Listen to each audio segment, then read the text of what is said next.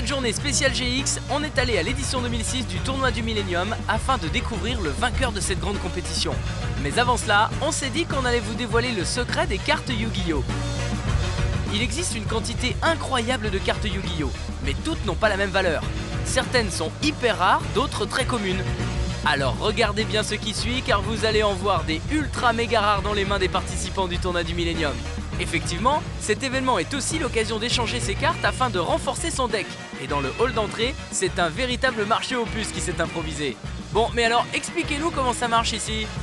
En fait, vous venez avec vos decks ou avec vos classeurs de cartes. Vous proposez à des personnes de voir ou de regarder leur classeur. Et puis, vous leur demandez si vous voulez leur échanger des cartes ou des choses comme ça. Autant dire que les négociations sont rudes parmi les duellistes. Mais celui qui surpasse tout le monde en la matière est un certain David, dit le banquier, qui possède carrément le plus gros classeur de cartes. C'est simple, il possède pas moins de 30 000 cartes. Si, vous avez bien entendu. Et certaines d'entre elles atteignent des sommes astronomiques.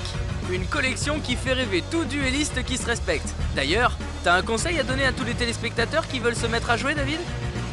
Qui ne regarde pas la puissance d'un monstre. Qui regarde surtout les faits.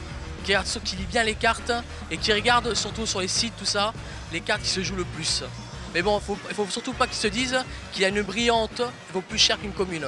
Moi personnellement, j'ai fait top 18 au championnat d'Europe. Ben, je peux dire une chose, je joue que de la commune. Merci David. Bon, vous savez tout sur le marché des cartes, mais faites attention à ne pas trop dépenser vos sous et privilégiez l'échange. C'est toujours plus sympa et économique.